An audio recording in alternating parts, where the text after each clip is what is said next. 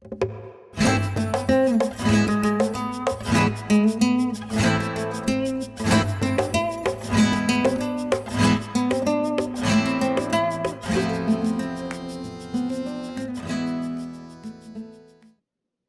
you so much, Patricia. My name is Gris Munoz. Can everyone see me? I'm not sure how this is going. Okay, good. Hi, everyone. Buenas tardes. Or actually, we're still good morning. My name is Gris Munoz. I am a Frontera poet and writer, author of the collection Liquid Girl. It's a bilingual poetry and short story collection based here on the border. And here alongside my colleague, la doctora Sylvia Fernandez Quintanilla. And we're here to talk to you all about Geotestimonios Transfronterizos.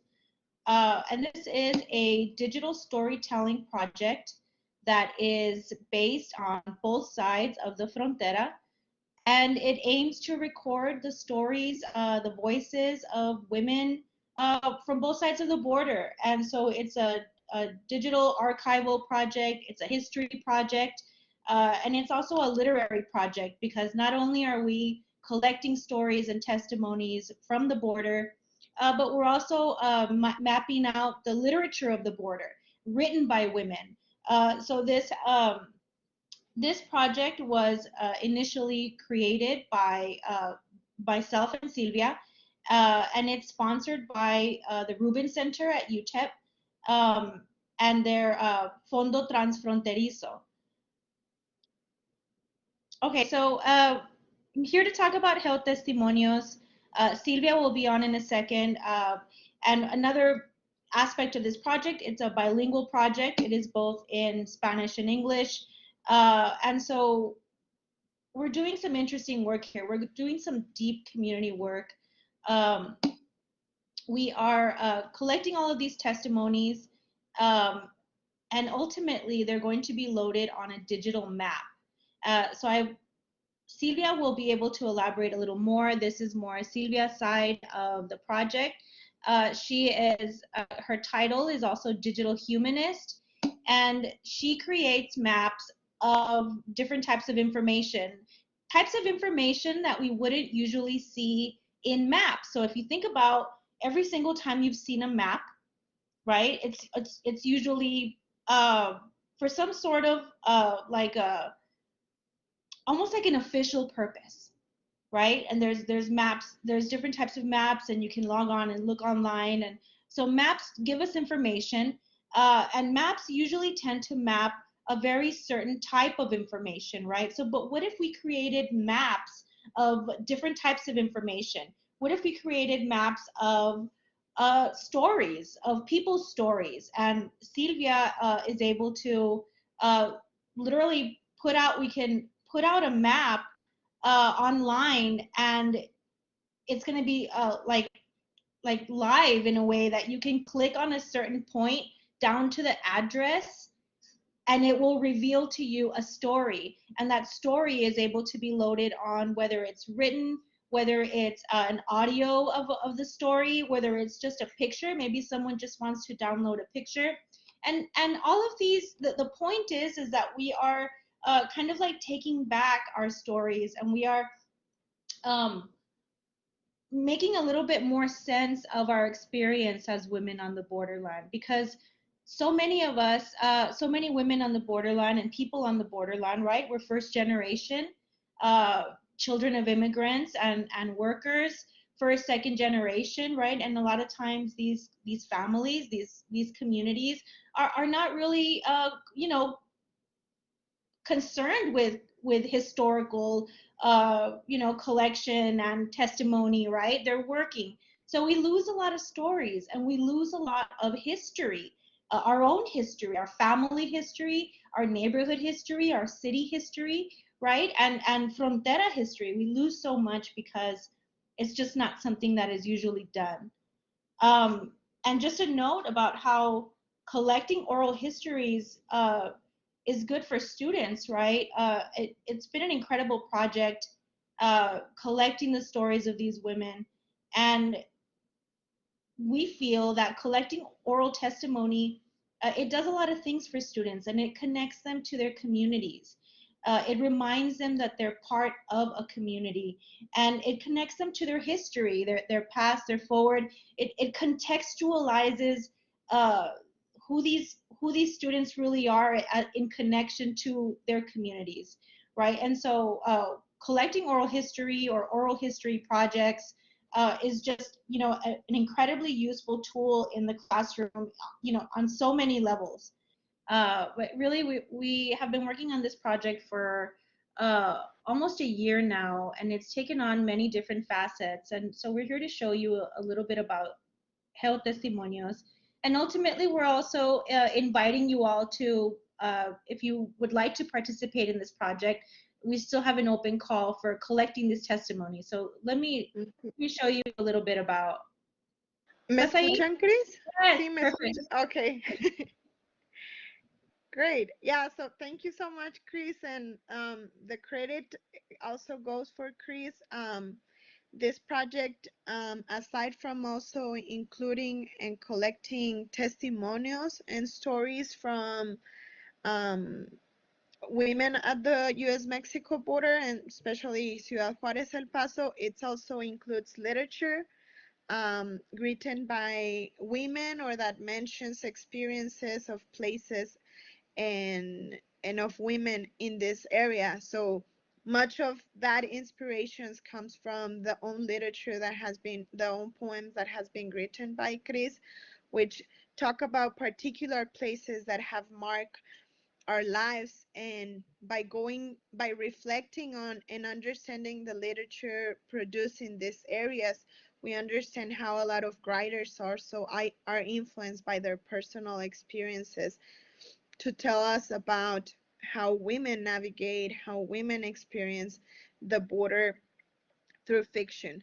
So some of the aspects that we have in Geotestimonios work in that side. And Chris, if you want to show them a little bit, and then I can go ahead and do the exercise. Sure. So, this is pretty much how we ended up organizing this project. Ultimately, of course, right, COVID threw a bomb in everything.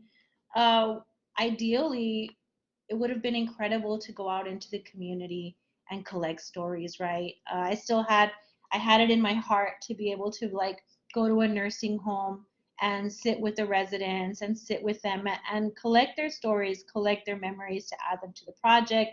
So there's so many facets that could have been done in a different way, but COVID changed a lot of things. So we had to just put everything online. So that's really where we're at. Uh, we held a series of workshops, and here is our workshop series 2021. It was a culmination of academics, artists, uh, writers, cultural, historians, um, and each workshop was held on a Saturday, and it was essentially just a plática, just a writing workshop where we could talk about our memories and contextualize them and start, maybe wanting to write them down or maybe wanting to share them. And each person that led the workshop had like a different expertise, a different aspect of how they see the border, right? So first workshop was Dr. Judith Carmona and Ana Lopez, and they're academics and writers, and they talked about testimonio as a whole, like what is testimonio and how that relates to personal life. And the second one was with Ruby Orozco, writer, and she's a naturalist, a healer, and she just works with the land. She writes about the land, and we had a workshop about our abuelitas and the food that we remember growing up. And all of these topics are relevant, and all of these topics are educational, and they connect us to our community. So it's a very positive thing to reminisce and remember and keep these memories. Adriana Candia, a writer, very well known Juarez writer, author. And so she talked about actually collecting testimonies and like the ethics of collecting testimonies. Sylvia and I held a workshop on La Vida de Noche en la Frontera, which was kind of like a personal, uh, just a memory of, growing up on the border. I graduated from high school in 1999. So I went through what they would call Los Fabulosos Noventas in Juarez. So Silvia and I had a workshop about nightlife in Juarez and how that affected teens on both sides of the border and young people. And then our last workshop was about just history, and what is lost to gentrification, right? And so gentrification is places that are used to be there in some way, and then they're lost due to like economical changes and institutionalized racism in some ways, and like an old neighborhood gets taken over by a bunch of new investors, right? And they push all of those people out that live there. That's gentrification. And so the project also records places that have been gentrified, neighborhoods. Duranguito, downtown, right, is a prime example of gentrification. A lot of places downtown. So this was what we did. We basically just split up possible ways to inspire people to start remembering and jogging their memories. And all of these memories that are collected are going to be put on this digital map. And so that's basically where we're at with that. Sylvia, do you want to explain this map? Yes, absolutely. Well, so kind of what we're right now working on, it's collecting the stories as well as also identifying particular stories that are mentioned in border literature.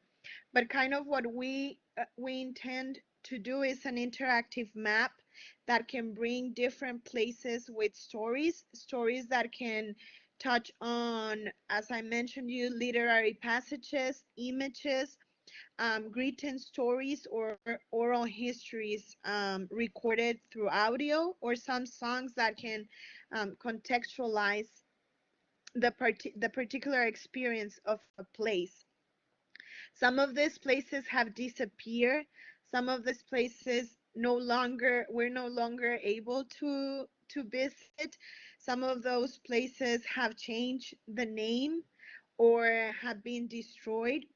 So all these stories bring us into consciousness about how women experiences are touching also on political issues, on ecosystem issues, on personal and social issues that are very important to connect and to make consciousness of the importance of memory through different formats.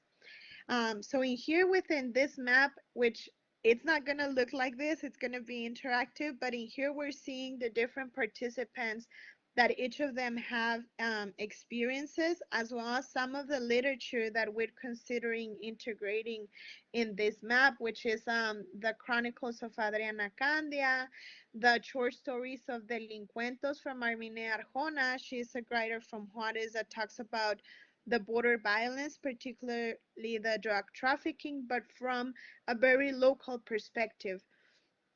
Borders by Path Mora, that talks a lot about the el olor, the feelings, the sounds that are in this area. And Cuatlica Girl from Gris Munoz, that also touches a lot on this transporter experiences of how she remembers visiting the Mexican side and how she has experienced living in the U.S. side with a mom that has background in the Mexican culture.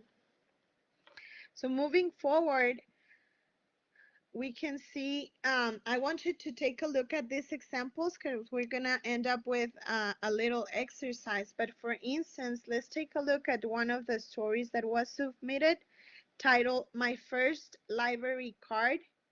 And in here, we're seeing that the author is Pelucita.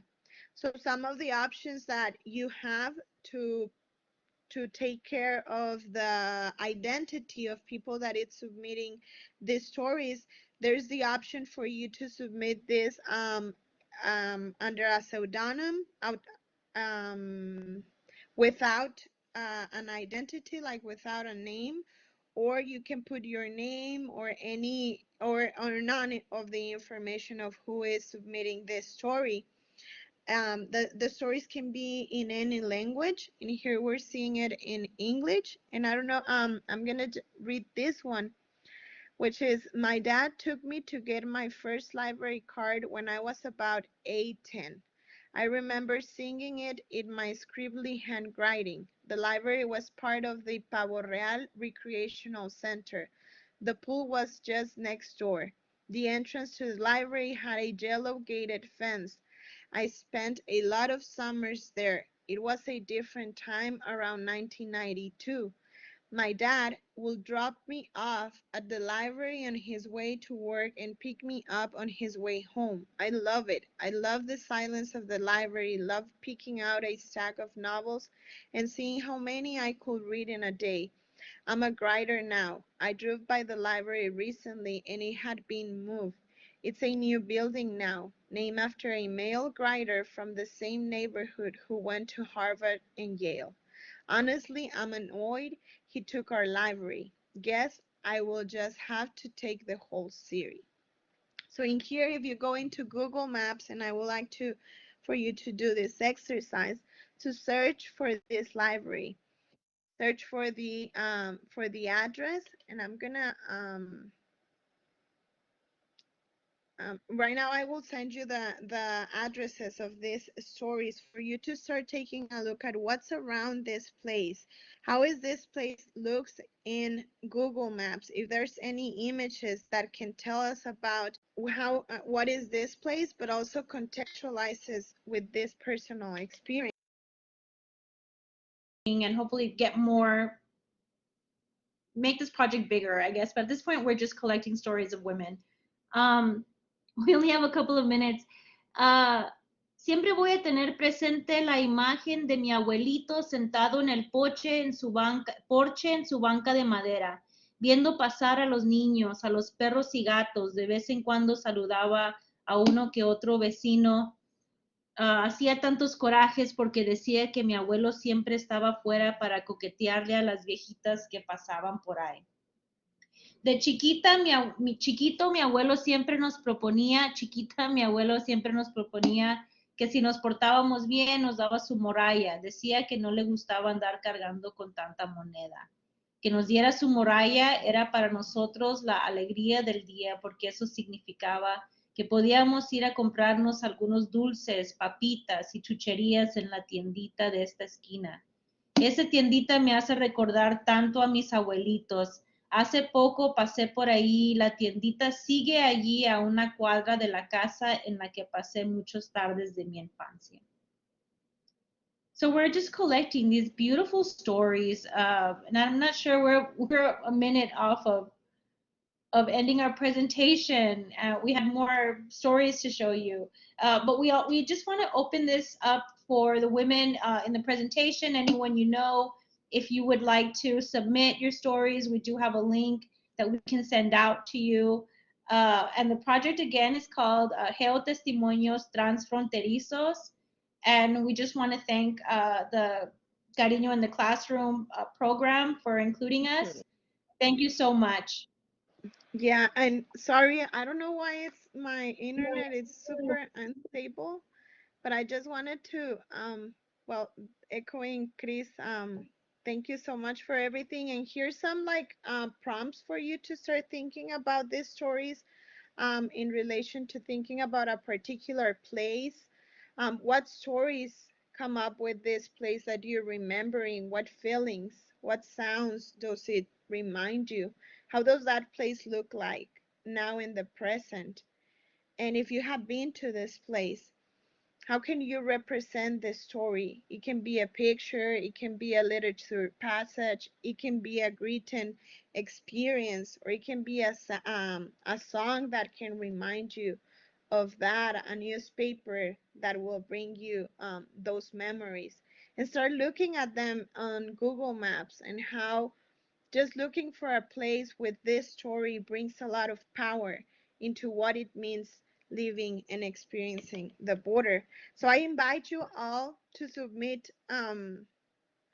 your stories to, you can right now look for the link on Cris Munoz website. Just search for Geotestimonios Transfronterizos in her website, that is chrismunoz.com, and it will pop up the format that you have to fill out. If there's any men here that would like to submit stories, just submit stories about your mothers, your abuelas, your sisters, and that's the kind of stories we're looking for. But we really appreciate if you can share those stories with us. Thank you so much.